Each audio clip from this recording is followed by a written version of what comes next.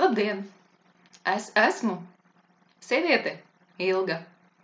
Un šodien es gribu pastāstīt jums nedaudz par komersantiem, kas glauni saucas zvērinātie tiesu izpildītāji. Man tādi veseli 3 jau ir virsū. No, pastāstīsim par viņiem. Tā kā es tiku pie viņiem, jā? Jo es saprotu, nav tā, ka es esmu vienīgā, es cik paklausos, man šķiet, katram otrajam jau ir virsū uzlikti tādi suņi, zvērinātie, jā, nepareizi izteicos, jā, zvērinātie. Tātad, kas atņem naudu, bloķē kontus, izspiež pret brīvu gribu, tātad cilvēku brīvu gribu, līdzekļus bez līguma pamata. Tātad, kā es tiku pie zvērinātu tiesu izpildītāju goda? Tātad, kaut kādas firmas un nezināmas man, ar ko man nav līguma, piemēram, Ādažu novada pašvaldība, izdomā, ka viņa grib naudu. Viņai vajag naudu pašvaldības budžetā. Ko viņa dara? Viņa sūta savus policistus, Ādažu novada pašvaldības policija, Feldmaņa Oskara personā vai Pivarūna Edija personā, vai cita vienalga. Tātad, un veido falsificētus sodus, bez pārkāpuma sastāvu. Tātad, ko dara tālāk policija? Policija tālāk sūta šos sodus Ādažu novada administratīvai komisijai. Komisija godprātīgi savācas kopā veselu stundu kādu, vai cik tur viņi tā salašņas sanāk kopā, lēmi, piespriež sodu. Par to nepaziņu. Izlemj, ka, naudu vajag. Kas mums to naudu varētu sagādāt? Zvērinātie. Nodot to lietu tālāk zvērinātajiem. Jā, izpildē, jo pašiem nesanāk izspiest. Grib, lai citas komercpersonas iestādes izspiež to naudu viņu labā. Plus vēl, protams, savu procentiņu pieliekot klāt. Lūk, tādā veidā es tiku pie Roberta Kučinska ar viņa palīgu Vinovski Edgaru. Jā. Šīs salašņas, bez goda prāta, bez sirdsapziņas personas, ja, atkārtošos. Ko dara? Viņi bloķē kontus. Kas notika ar mani? Pagājušā gada decembra mēnesī. Es biju ceļā, bija vakars, 2023. gada 14. decembra diena. Es braucu tālā ceļā, biju ar mašīnu un iebraucu stacijā uzpildīties. Un kāds man pārsteigums, ka man ir nobloķēti konti un es nevaru uzpildīt mašīnu. Jā, skatieties, kas notikās. Es 5 dienas biju bez iztikas līdzekļiem. Bez maizes, ūdens, pārtikas, bez iespējas tikt mājās, nakts vidū ziemā uz ielas. Pateicoties Roberta Kučinska un Vinovska Edgara rīcībām, pretiesiskām, nelikumībām, vienpusējām rīcībām. Es saprotu, ka viņiem tas ir vienalga, bet viņu rīkojumus izpildīja Svedbanka. Tas nozīmē, ka Ādažu novada pašvaldībai, zvērinātiem tiesu izpildītājiem un Svedbankai ir kaut kāda veida slēpts līgums vai līgumi, uz kā pamata viņi darbojas. Būsim atklāti, tāpat vien nekas nenotiek, jā? Tātad šo komerc iestāžu vadītāji sanāca kopā, noslēdza līgumu, ka tagad būs tā. Vieniem vajag naudu, otri izspiež naudu, trešie īsteno. Un tā viņi šo savu schēmu īsteno aizvien veiksmīgāk. Jo, cik es dzirdu, praktiski neviens vairs nav bez tiesu izpildītāju zādzības izticis, jā. Tātad zvērināti tiesu izpildītāji nav valsts amatpersonas. Tie ir komersanti. Un daudzi no viņiem ir ierakstīti pat starptautiskajos komerc reģistros, kā Duns un Bradstead, piemēram, Lazdāns Jānis. Tā kā Lazdāns Jānis arī ir viens no tiem, kas ir uzlicis liegumus maniem Swedbank kontiem, bez mana akcepta Swedbank to dara un ļoti, ļoti spēcīgi pārkāpj cilvēka dzīves, sievietes tiesības, iejaucas privātā jurisdikcijā, atņem naudu bez atļaujas. Ne viņiem nopelnīto naudu, jā. Tātad, un vēl viena trešā kaut kāda salašņa, kas devē sevi Preiļos par Osipovu Žannu. Vispār par tur ir absurds pilnīgs. Es nezinu, kādā veidā viņa tur piekļuva, jā, bet, kā es saku, kaut kāda tā saucamā valsts iestāde vai tur, pašvaldība, jā, iedomājas, ka viņai vajag naudu. Viņi vienkārši sūta pa tiešo tiesu izpildītājiem, tiesu izpildītāji blokē kontus, atņem naudu. Viņiem ir vienalga, vai ir cilvēkiem ko ēst, vai nav. Regulāri ejot sūtīt ierakstītas pasta sūtījumus uz Latvijas pasta nodaļu, es dzirdu sekojošus tekstus. Ir daudz trūcīgu cilvēku, kas neprot arī operēt ar bankas kontiem, un, saņem naudiņu un pabalstus un veic maksājumus caur pasta nodaļu. Un es regulāri tur dzirdu. Meitenes saka, vai piedodiet lūdzu, mēs nevaram jums izmaksāt pilnu pensiju. Jums zvērnāts tiesu izpildītājs ir noņēmis tur 200 vai 300 eiro. Cik ir tur 100, 200 iedotam cilvēciņam. Те тексты, ой, извините, пожалуйста, мы не можем вам все пособие выплатить, у вас только 17 евро, остальное все снял пристав судебный. Tā kā man sirds sažņaudzas un nosiņo, kad es dzirdu šos tekstus, kad kaut kādi komersanti vienkārši vienpusēji ņem un atņem. Tas 90. pat tā nedarījās.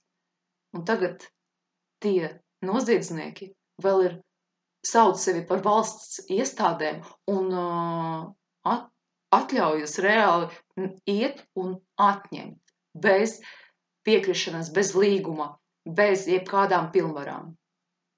Zvērinātiem tiesu izpildītājiem nav pilnvaru, jo es esmu gan Robertam Kučinskim un viņa palīgam krimināla lietā, tātad, ko viņa veids pret dzīvu sievieti, Vinovskim Edgaru, vairāk kārt uzdevusi jautājumu, pieprasījusi uzrādīt līgumus rakstveida parakstītus, kur es esmu devusi piekrišanu un vispār sadarbībai ar viņiem. Viņu pilnvaras. Tāpat es esmu vērsusies arī tiesā, Rīgas rajona tiesā. Neviens nevar uzrādīt šo salašņu pilnvaras. Tā ir patvaļa, kas dotajā brīdī notiek. Notiek vienkārši sieviešu un vīriešu apzakšana. Naudas līdzekļu atņemšana.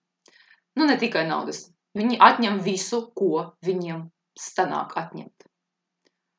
Tā kā, ko zvērinātie miljonāri? Ar jums tikpat zveriski arī augstākie spēki pastrādās. Bet ne tagad. Katram savs laiks. Tāpat es esmu pieprasījusi šitā Lazdāna Jāņa pilnvaras. Tāpat šī salašņa klusē, bet konti man tomēr stāv liegumi, bloki.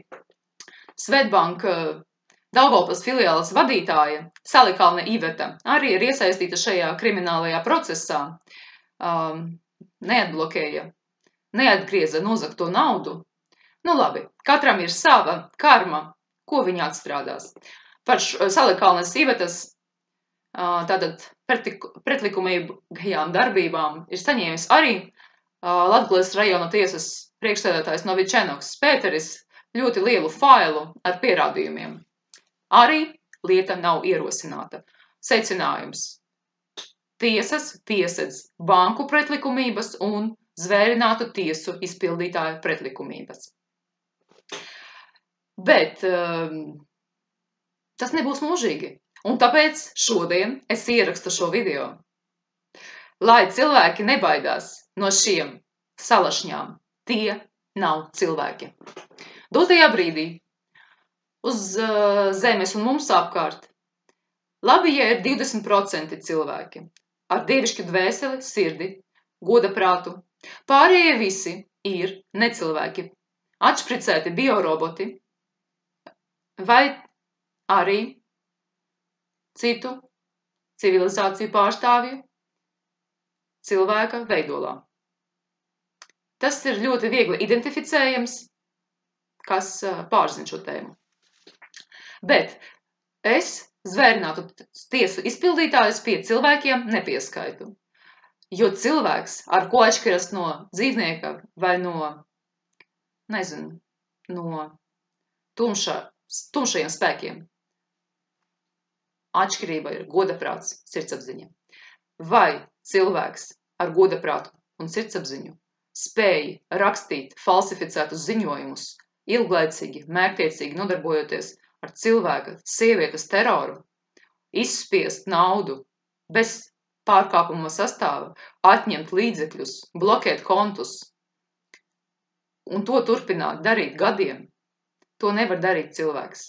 Cilvēks vienreiz var kļūdīties, viņš var atzīt savu kļūdu, bet tas, kas dotajā brīdī notiek, tā ir tumšo aizkulišu spēle, un tas ir palaists apzināti, lai radītu daudz negatīvu emociju, izjūtu, bet, es domāju, ka pietiek klusēt. Es atklāti paziņoju, ka ne Lazdānam Jānim, ne Kučinskim Robertam, ne Osipovai Žannai, ne kādam citam zvērinātam tiesu izpildītājiem nav tiesību iejaukties manā privātajā jurisdikcijā, nav tiesību blokēt kontus, nav tiesību vispār ne uz ko. Bez līguma pamata, jo viņi ir komersanti. Un, kā zināms, visi, kas ir ierakstīti komerc reģistrā un veic darbību, tas nav pieļaujams, ka tā nav komerc darbība. Līdz ar to komercdarbībai vajag līgumiņu. Tā kā, mīļie, Lazdāns Jāni, Kučinski Robert un Osipova Žanna, gaidu līgumus. Vai arī novāciet rokas savas ķepas netīrās no maniem īpašumiem. Pavēlu noņemt visus liegumus. Pavēlu noņemt visus liegumus. Pavēlu noņemt visus liegumus. Jūs esat nepiederoši pie šiem īpašumiem. Nav jums tiesību rīkoties ar dzīves sievietes Ilgas privātu īpašumu. Ne bankas kontiem, ne jebko citu. Jums nav tiesību pat pienākt man klāt. Tieši tāpat, kā nav tiesību atņemt pensijas, pabalstus vīriešiem un sievietēm, bērniem, nav tiesību jums. Es tāpat paziņoju, ka šī gada, 2024. gada pavasarī Latvijas tauta, vīrieši un sievietes bija tikušies Mārupē un pašrocīgi parakstīja un ar saviem absolūtajiem zīmogiem apzīmogoja zvērinātu tiesu izpildītāju likuma atcelšanu, nekustamā īpašuma likuma atcelšanu. Tāpat es paziņoju, ka likums par tiesu varu nav spēkā esošs. Līdz ar to nekāda īpašuma nodokļi nevar tikt pieprasīti no cilvēkiem.